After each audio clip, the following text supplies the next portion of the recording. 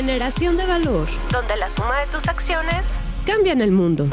En nuestro día a día generamos conciencia, detonamos acciones, alianzas e ideas innovadoras que impulsan el cambio por un planeta mejor. Generación de valor. Bienvenidos. De repente, de esto que hay un científico que es y muy importante en el tema, que se llama Lester Salamón, y que justo ha dicho que así como hay fallas de mercado y hay fallas de Estado, también que hay fallas del tercer sector, y entre ellas él habla del amateurismo, ¿no? En donde las organizaciones improvisan mucho, en donde los motiva desde luego una causa, pero de repente la falta de profesionalización lleva más que a beneficios, a externalidades negativas, efectos negativos, y pues en consecuencia el tema de fortalecimiento está generalmente siempre en la agenda de las propias organizaciones. Correcto. Oye, y recuerdo que tú tenías un programa de radio, que una vez tú me invitaste a ese programa.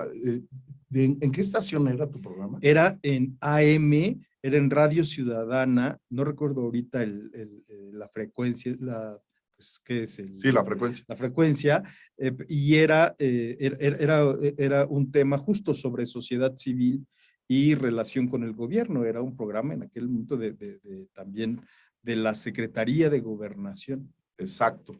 Pues amigos y amigas de su programa Generación de Valor, una suma de acciones que cambian el mundo, pues estas conversaciones con el doctor Humberto Muñoz nos permiten dar paso ahora sí a presentar a nuestros invitados. En esta ocasión nos acompaña David Merino de la Fundación Giordana Naul. ¿Qué tal, David? Muy buenas tardes. ¿Cómo te encuentras el día de hoy? Hola, ¿qué tal? Excelente tarde. Gracias por la invitación. Muy bien, contento de estar aquí. Encantados. Oye, David, pues platícanos a qué se dedica esta Fundación Giordana Naul, qué es lo que hace, por qué es importante tener las alianzas que ha ido generando y sobre todo, cómo genera valor en la sociedad.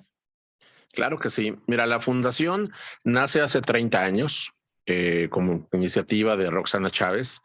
Se dedica principalmente a la atención e incorporación al ambiente productivo y social de personas que tienen síndrome de Down, que tienen autismo o algún problema similar.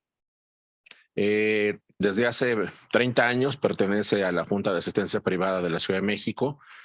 Y te puedo decir que es una fundación que, como todas, obviamente tiene sus altas y sus bajas, pero pues ha durado 30 años, ¿no? Es decir, es una fundación que ya tiene su historia y obviamente pues tiene muchos egresados, vamos a llamarlo, y que orgullosamente pues ya forman parte de la vida social y productiva de este país. Entonces, básicamente esa es la idea. Es una fundación pequeña, no es muy grande. Pero finalmente con un impacto muy importante, porque, y bueno, aquí hago un paréntesis, yo soy discapacitado físico, a mí me dio cáncer, yo no tengo un pie y parte de una pierna, y te puedo decir que las personas discapacitadas no nada más nos afectan a nosotros, afectan a nuestras familias.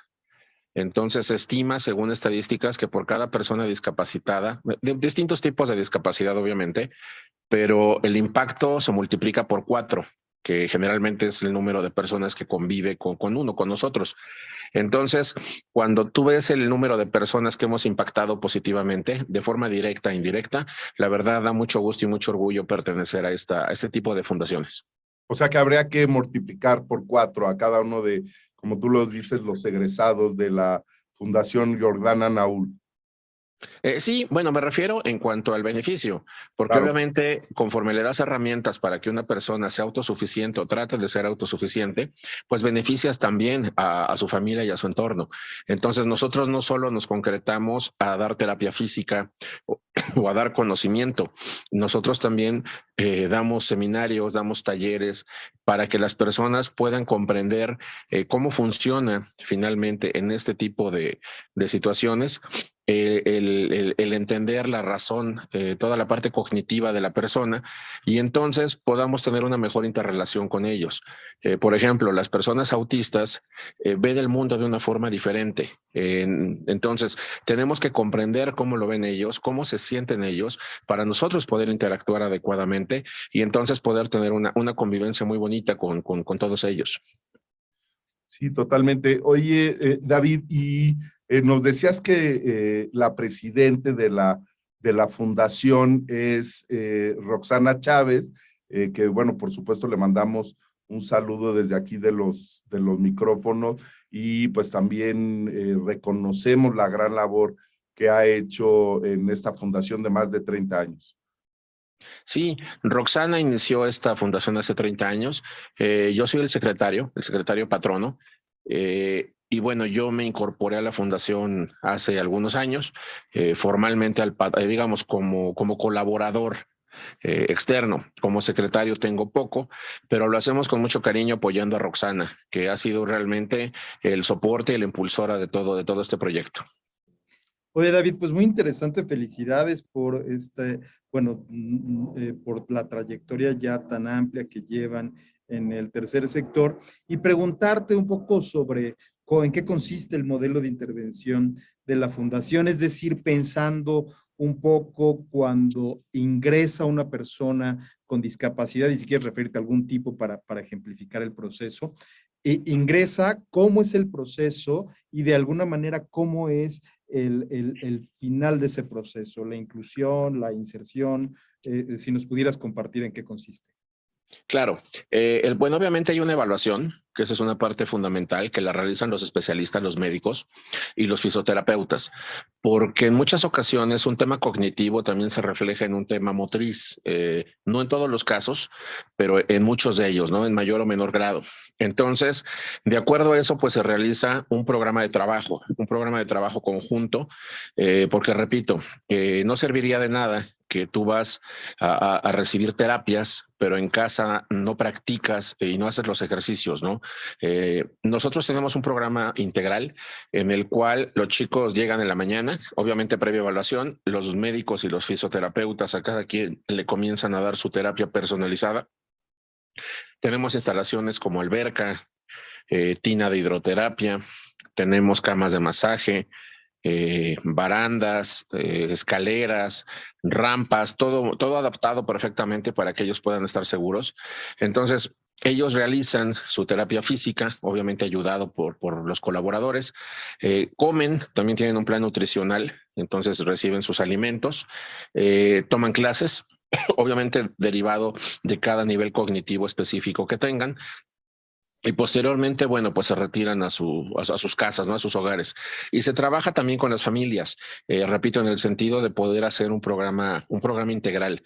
Hay chicos que requieren un mayor trabajo, un mayor tiempo, y chicos que requieren menos. Entonces, no te puedo dar un periodo aproximado en el cual yo te diga, oye, llegan hoy y salen en 6 meses, ¿no? Es relativo, pero lo que te puedo decir es que pese a que no tenemos tantos chicos como quisiéramos, también es un tema económico por el cual todas las fundaciones pasamos. Es decir, nosotros tenemos un costo aproximado por mes, por chico, de 5,000 pesos. Eso es en números redondos, digamos, lo que nos cuesta el programa precisamente para uno de los chicos. Tenemos un programa de becas, donde finalmente lo que hacemos es que le solicitamos apoyo a las personas. Y bueno, si lo ves por días, pues son 166 pesos diarios, ¿no? No es tanto, si lo multiplicas, pero el beneficio que da es muchísimo. Entonces yo invito a las personas que quieran apoyar este tipo de temas que nos busquen en Internet. Repito, todo está perfectamente auditado por la Junta de Asistencia Privada y nuestros auditores externos, y llevamos 30 años con el registro, ¿no? Lo que habla muy bien del manejo administrativo y el manejo académico, bueno, el tema de academia y médico que se les da a las personas. Si te parece, David, vamos a ir a un corte, y regresando del corte, a mí me gustaría que nos platicara, si bien el periodo de tiempo varía de cada uno de los que asisten a esta institución de asistencia privada. También varía el tiempo en el día, es decir, unos están más horas en el día, otras menos, pero regresamos con David Merino, con la Fundación Jordana Nahum, y regresamos, amigos. Estamos de regreso en su programa Generación de Valor, una suma de acciones que cambian el mundo, por el 1670 AM Radio Anáhuac, eleva tus sentidos. Y les recuerdo, amigos, que también nos pueden contactar a través del WhatsApp 55 48 26 17 88. Y bueno, seguimos platicando contigo, David Merino, de la Fundación Jordana Nahum, y pues platícanos, es variable también el tiempo de día, algunos van 2, 3, 8 horas, o cómo distribuyen estos tiempos en la Fundación. Bien, como te comento, los tiempos son personalizados, es decir, no podemos hacerlo como una escuela normal, y perdón por usar el término, pero bueno, una escuela tradicional, vamos a llamarlo, porque el término normal no es el adecuado. Una escuela tradicional en el cual pues tienes 6 o 7 o 10 personas por cada instructor, por cada profesional. Aquí en realidad requieres una dinámica muy de 1 a 1, ¿no? Entonces, dividimos espacios, es decir, mientras un grupo de chicos está desayunando, otros están tomando su fisioterapia, otros al mismo tiempo están en hidroterapia, otros están tomando clases de conocimiento cognitivo, y van haciendo un esquema de rotación para ocupar todos los espacios, ¿no? Y que todos tengan todas las actividades con esa atención personalizada. Normalmente, las mañanas son las más ocupadas, hacia las tardes pues ya las actividades concluyen, pero más o menos el promedio que te puedo dar es de las 8 o 9 de la mañana hacia las 2, 3 de la tarde. Es el horario en el cual pues los chicos están ahí, y como te comento, pues posteriormente ya van a sus hogares, y hay ciertas situaciones, ciertas tareas que se van dejando precisamente tanto para ellos como a las familias, para que pueda haber un refuerzo también de todo esto en casa. David, y aprovechando esto que comentas, 2 preguntas un poco para entender los alcances. Primero, la primera pregunta, ¿cómo llamarías a tu modelo? ¿Es un modelo más inclinado hacia la inclusión, hacia la inserción? ¿Es un modelo de atención? Un poco por ahí para que no se los alcance. Y la otra es, me queda claro los resultados en los egresados, pero ¿cómo cambia la vida, ahora que mencionabas este indicador que es muy fuerte, de 4 a 1, ¿no? ¿Cómo cambia la vida, ya no de los egresados, sino de sus familias o los lugares donde se insertan? Sí, yo te diría que nosotros manejamos un modelo que yo llamaría híbrido o mixto, en el cual se da valor a las distintas esferas que conforman la persona, ¿no? El intelectual, el físico, el familiar, y obviamente pues dentro de la parte familiar va la parte social. Ahora, en muchas ocasiones lo que las personas que tenemos alguna discapacidad buscamos es la funcionalidad. Es decir, el que una persona pueda ser funcional también le permite ser autosuficiente, y eso también eleva el espíritu y eleva la autoestima, lo cual te hace estar de mejor humor. Y es real lo que te estoy diciendo, genera endorfinas, genera un estado de bienestar, y por lo tanto, pues estás bien, ¿no? Que esa es una parte importante, y es lo que buscamos. Ahora, contestando tu segunda pregunta, sí, nosotros buscamos que esa misma funcionalidad y ese mismo estado de bienestar pues se refleje en casa, sobre todo por un tema de tranquilidad, un tema de avance, es decir, que tú entiendas que son procesos largos, no son procesos cortos ni sencillos, pero que esforzándonos, haciendo lo que los expertos y especialistas nos van señalando, pues vamos a ir viendo avances. Es muy gratificante de repente el ver cómo un chico después de cierto tiempo, de ciertas terapias, empieza a escribir, empieza, en el caso cognitivo, ¿no? Empieza a leer, en el caso físico motriz, pues empieza a caminar, empieza a levantarse por sí mismo. Y además, o sea, ves la satisfacción que les da el ver que ellos pueden hacerlo. Y entonces, esa es una parte sensacional de colaborar en este tipo de proyectos. Y fíjate que hace unos, pues ya tiene algún tiempo, que leí por ahí algo sobre cuánto cuesta vivir como persona con discapacidad. Un planteamiento que hacían sobre si era, qué tan más caro sale, ¿no? Por todas las barreras de acceso que hay, los gastos adicionales que se te pueden hacer. Y esto desde luego tiene que ver con diferentes tipos de discapacidad. Pero tú consideras que tener los satisfactores que se requieren es más caro en una persona con discapacidad que en una persona que no tiene discapacidad? Te lo Mira, comento porque por ahí salió un estudio bien interesante y dije, bueno, pues ahora que tenemos a los expertos, vale la pena comentarlo. claro, mira, yo te diría que inclusive ni siquiera ciertos satisfactores, desde temas muy básicos como la movilidad. Simplemente hagan este ejercicio que yo les digo. Cuando vayan en la calle, la que sea, de la Ciudad de México, de la ciudad donde nos estén oyendo, fíjense en las banquetas y ustedes díganme si son aptas para que una silla de ruedas circule. Entre las rampas, los escalones, las raíces de los árboles, los desniveles, ¿Quienes los hoyos. mal? Sí, claro. La gente que sube su auto a la banqueta, etcétera. Es muy complejo el estar en una silla de ruedas, ¿no? Y ojo, eso no sucede en otros lugares del mundo. Inclusive la cultura es diferente, ¿no? Entonces yo te diría desde cosas tan básicas como decir, oye, salir a la calle.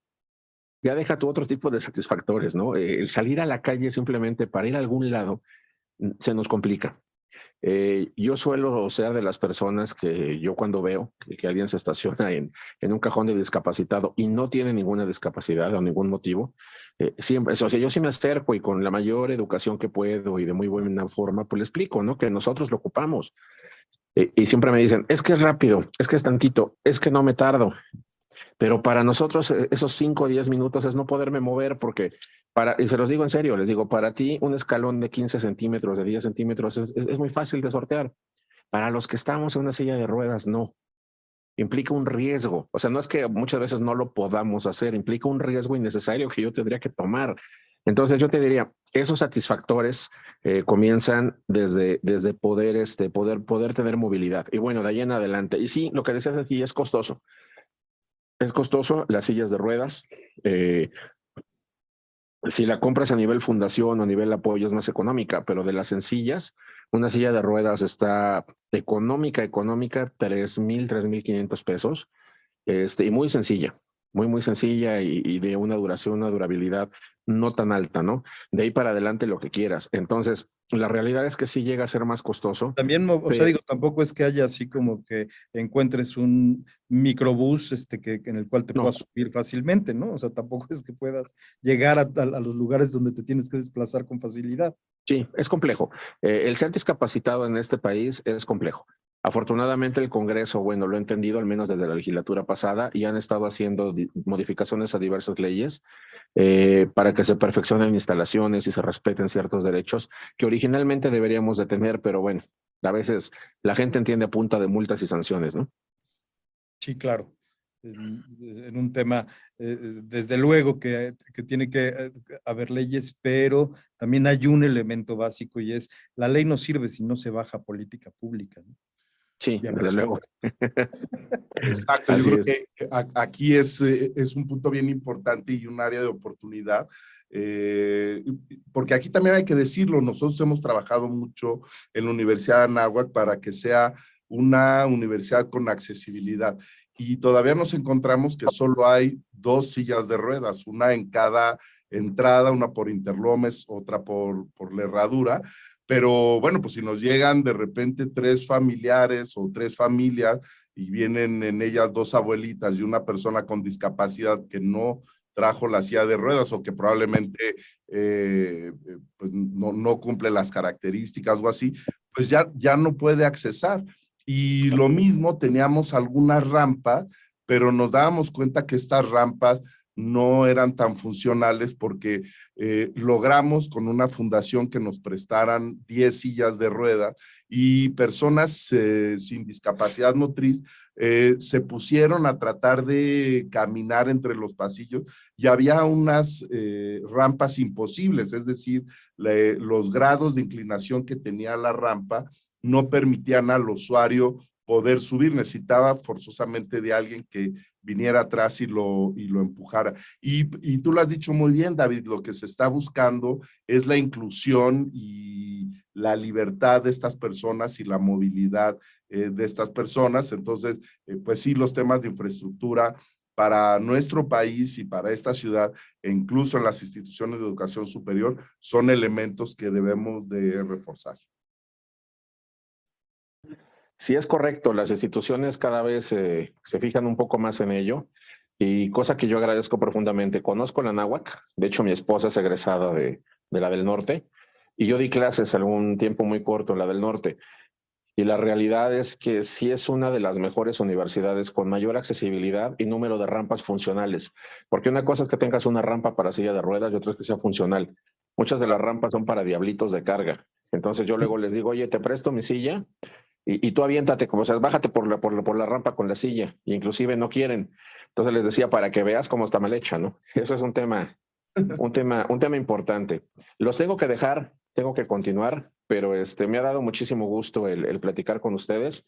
Estoy a sus órdenes y les mando un gran abrazo. Muchas gracias por la entrevista. Pues muchas gracias a ti, David, y saludos, por favor, a Roxana Chávez, y pues mucho éxito en la Fundación Jordana. Muchísimas gracias. Un abrazo a todo el auditorio. Hasta luego. Hasta pronto. Pues sí, Humberto, la verdad es que estos son temas que necesitamos seguir trabajando, necesitamos seguir fortaleciendo la participación de los gobiernos, de otras instituciones de asistencia, organizaciones de la sociedad civil, para generar esta inclusión. Como sabes, aquí hay un diplomado de alumnos que tienen diferentes tipos de discapacidades intelectuales, motrices. Esto se lleva en la Facultad de Educación. Nosotros somos parte del comité desde la Facultad de Responsabilidad Social. También algunos de los ponentes participan, de nuestros maestros participan como ponentes, y la verdad es que pues creo que todos debemos de estar atentos a este tipo de personas y debemos de buscar la inclusión. Y como tú sabes, tenemos un alumno que trabaja en una empresa de logística, que una de las metas que se estableció, exacto, fue tener el mayor número de personas con distintas discapacidades visuales, auditivas, motrices, intelectuales, y bueno, pues ha hecho una transformación y además ha aprendido en el camino cosas muy interesantes. Sí, y fíjate que ahora que mencionas el tema de la Facultad de Educación, yo tuve una experiencia dando una clase en esa facultad, y era en una maestría que era una maestría de inclusión de personas con discapacidad. Y recuerdo dos aprendizajes para mí muy importantes. El primero, cuando pude, a partir de de la experiencia de los alumnos y de su vasto conocimiento sobre los temas de discapacidad, entender cómo la sociedad ha comprendido a lo largo de los años de manera distinta la discapacidad.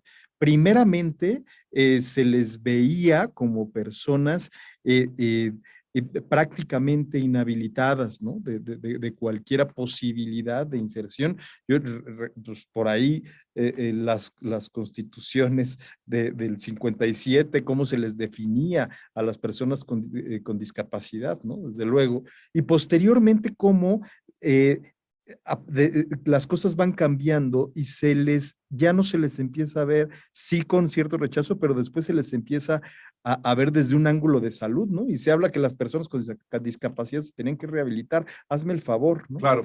Y después cambia y evoluciona los distintos abordajes, la ciencia, etcétera, y los modelos de las propias organizaciones a llevarlos a un tema de integración. Recuerdo que me decían mis alumnos, pues es que avanzamos de la rehabilitación a la integración, pero la integración supone también ubicarlos en un espacio excluido, ¿no? De todos los demás, con una atención especializada.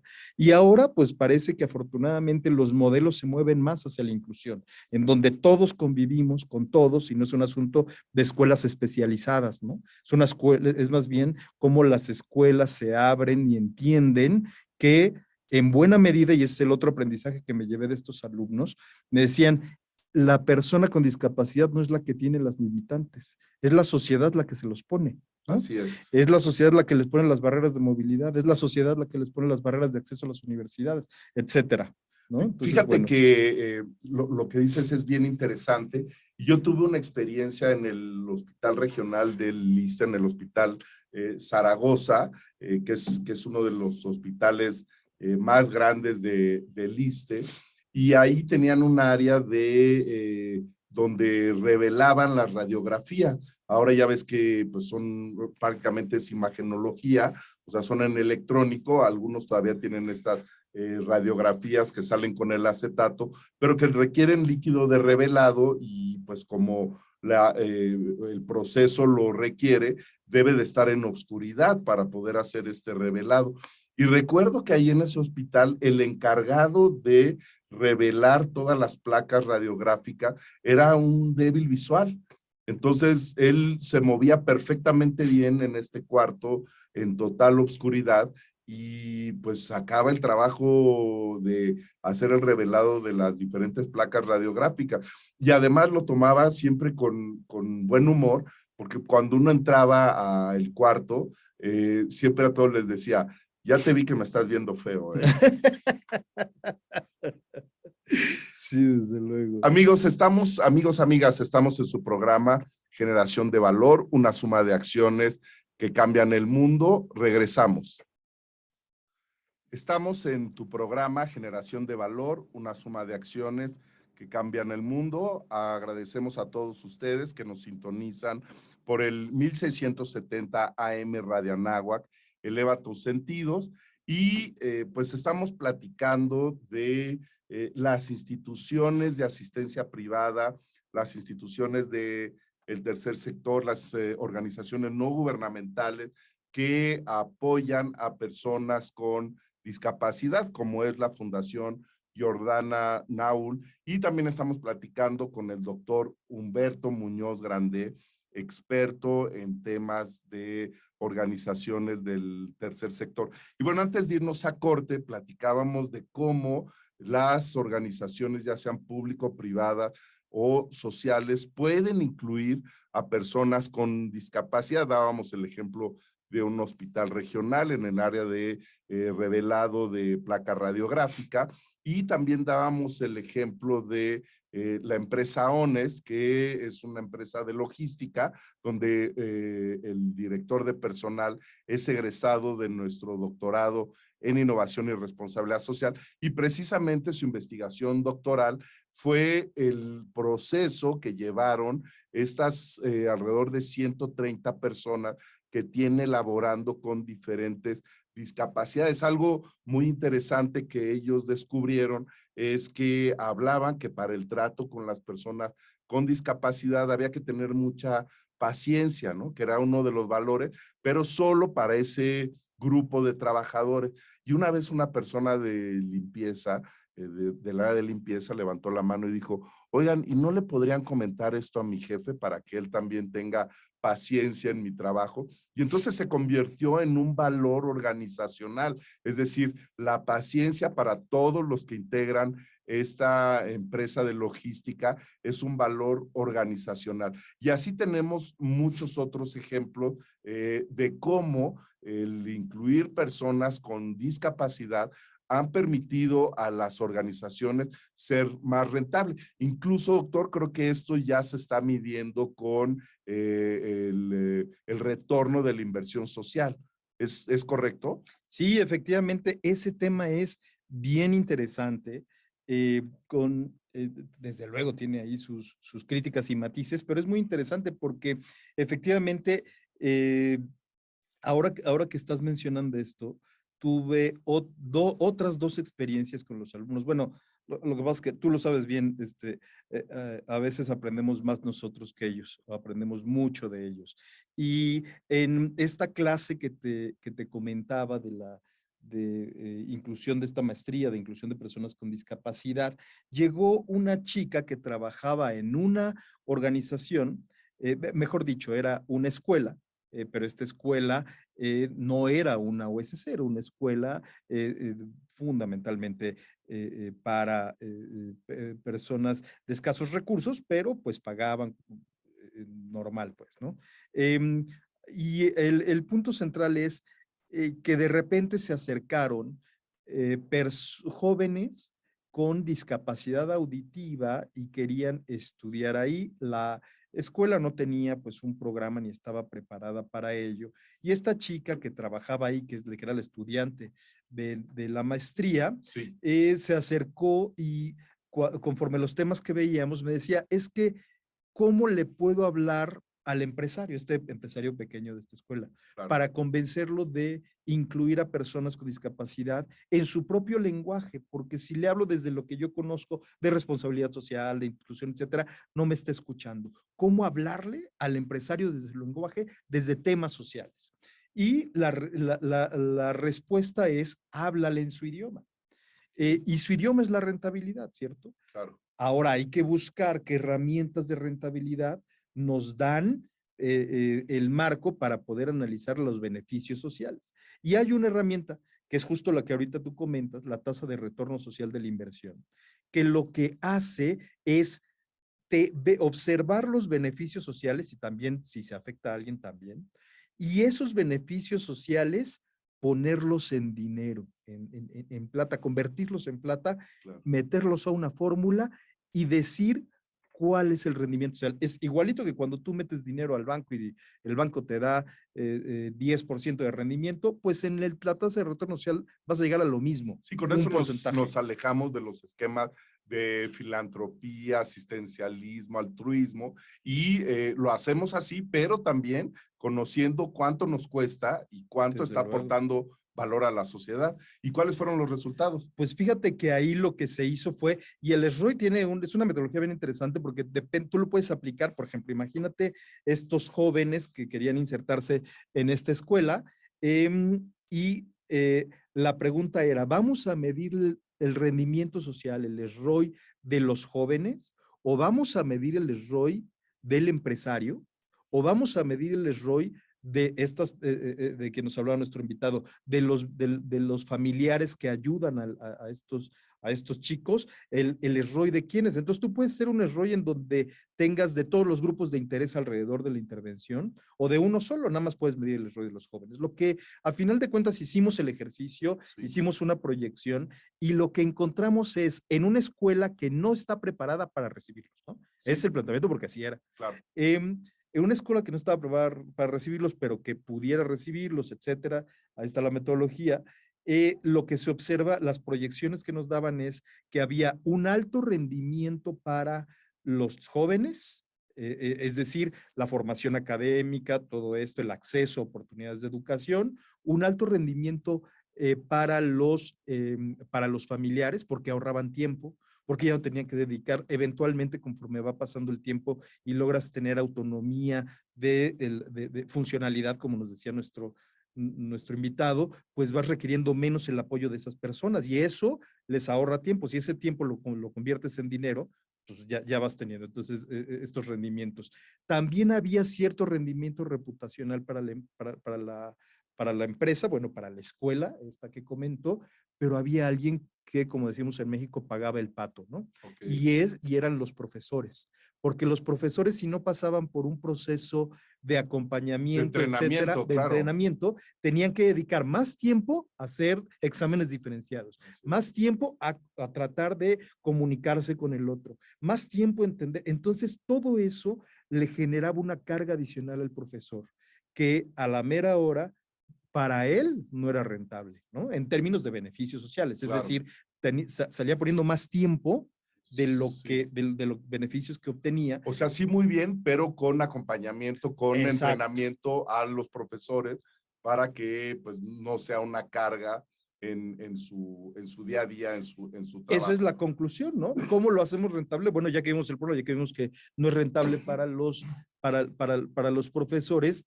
en consecuencia, que el modelo de intervención considere la profesionalización, el acompañamiento a los profesores para revertir ese rendimiento negativo. Claro, y también entiendo que hay algunos beneficios fiscales cuando tú contratas personas con discapacidad en tu empresa. De hecho, Hacienda te permite algunas reducciones para el ISR y nuestro alumno, el doctor Jorge Américo, nos comentaba que hay tráfico incluso de personas con discapacidad. Es decir, que si hay algún trabajador que pues ya está entrenado, que sabe muy bien hacer su trabajo, que a veces se acercan otras empresas y le ofrecen mayor beneficio, un mayor para sueldo que se vaya a la otra para empresa. que se vaya a la otra empresa y entonces que esta empresa pueda accesar a estos beneficios hacendarios, lo cual me parece que pues es una forma de parasitismo. Yo creo que lo ideal es que cada empresa busque y vaya incluyendo personas de otros lados y no nada más sea la manera de poder accesar estos beneficios fiscales. Sí, desde luego, habría, y ese es muy buen ángulo, ¿no? Porque, bueno, pues puedes observar que hay una inversión que hacen las empresas en esto, pero también hay, ahora hace rato que hablabas de la persona de limpieza y cómo se van metiendo los valores en la empresa. Recuerdo un ejemplo que usaba en esa clase y les decía, imagínense una línea de producción con una persona con discapacidad, con varias personas que trabajan. Una de esas personas tiene, en lugar de manos, tiene las prótesis que son robots. Está otra línea de producción con personas sin discapacidad y hay otra línea de producción con personas también sin discapacidad, y después de un tiempo, etcétera, se observa que pues la línea de producción de la persona con discapacidad redujo el número de unidades producidas, ¿no? Y los otros no. Y cuando uno hace estos ejercicios de ROI, lo que te das cuenta es que si tú buscas, no siempre el rendimiento se busca donde uno quiere.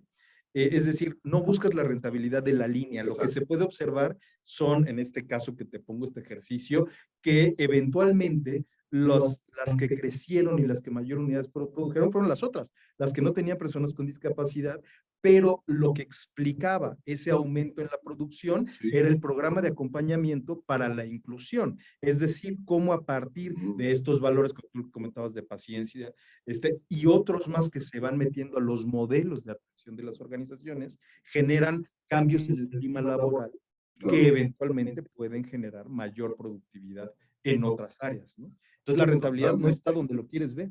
A lo mejor está en otros lados, pero si nada más buscas donde hay luz. Claro, claro. Y además también genera otros incentivos o efectos motivacionales, porque luego estas personas comienzan a hacer la primaria, la secundaria, la preparatoria, y personas que no tienen discapacidad de repente llevan 5, 10 años en la empresa y nunca se han metido a educación para adultos, ¿no? Entonces siempre ese comparativo de decir, oye, pues mira Juanito, ¿no? Que tiene esta discapacidad, pero ya se va a titular de su licenciatura y tú no has hecho uso de estos beneficios que tiene la organización para ti, ¿no?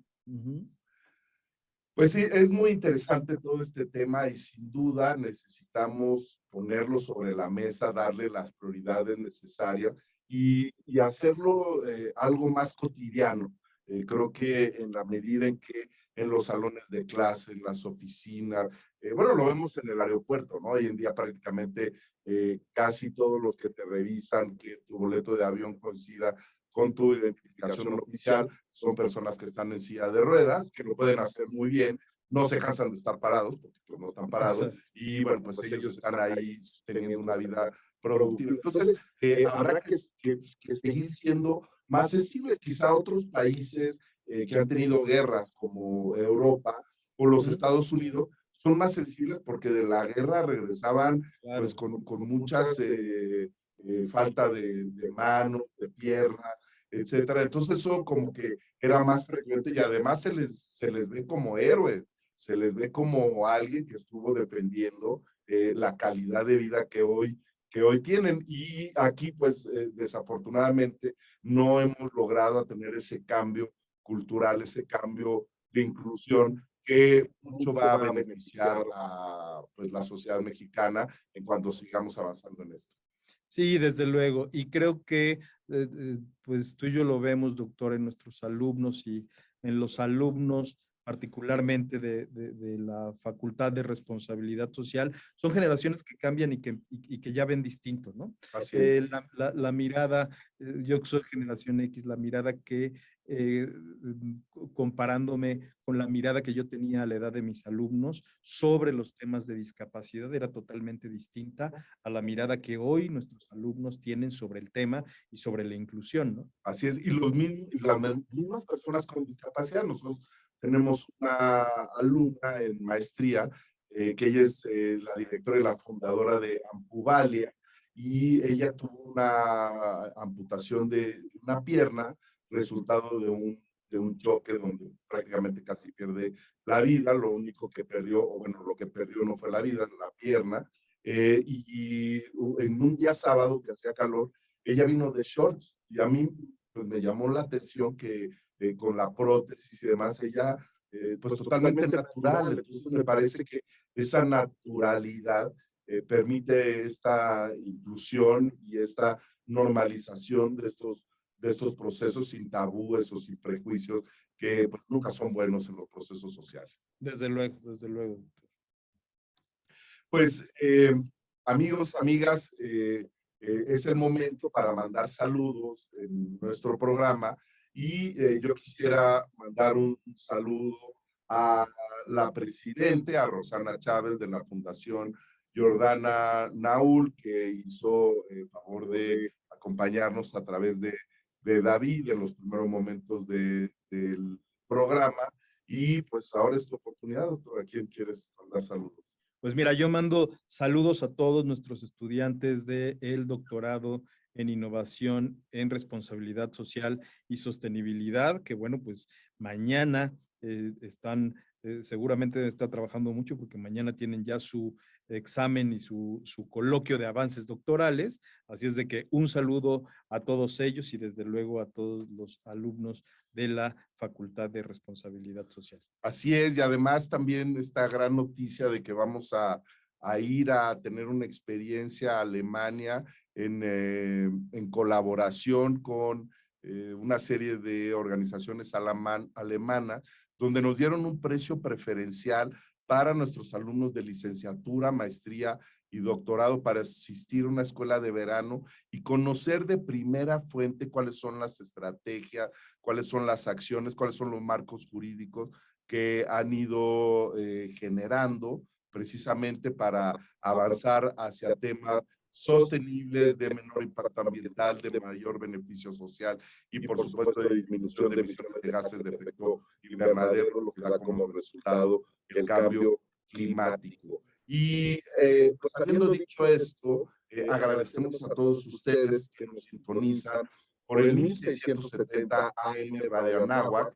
Eleva tus sentidos. Agradecemos a la Fundación Jordana Naúl, institución de asistencia privada, que nos haya acompañado en este programa. Por supuesto a ti, doctor Humberto Muñoz Grande, coordinador del doctorado en innovación, responsabilidad social y sostenibilidad, que ha tenido un impacto hoy en día en no solo México, sino en América Latina y el Caribe, muy interesante, y se ha posicionado como una de las mejores opciones para estudiar un doctorado de esta naturaleza. Y por supuesto le mandamos un saludo a mi compañera Lorena Miranda Navarro, que en esta ocasión no nos pudo acompañar, pero en el siguiente programa seguramente estará con nosotros. Hemos llegado al final de su programa Generación de Valor, una suma de acciones que cambian el mundo. Agradecemos la presencia del doctor Humberto Muñoz, y les dejo con esta frase de la película Dumbo. Aférrate a aquello que te hace diferente. Creo que es muy pertinente para el caso de nuestro programa, ¿no te parece, doctor? Así es, así es. Cuídense mucho. Se despide de ustedes su amigo Humberto Muñoz Grandé y Miguel Ángel Santinelli Ramos. Sean felices. Muy buenas tardes. Hemos llegado al final del programa Generación de Valor, Una suma de acciones que cambian el mundo.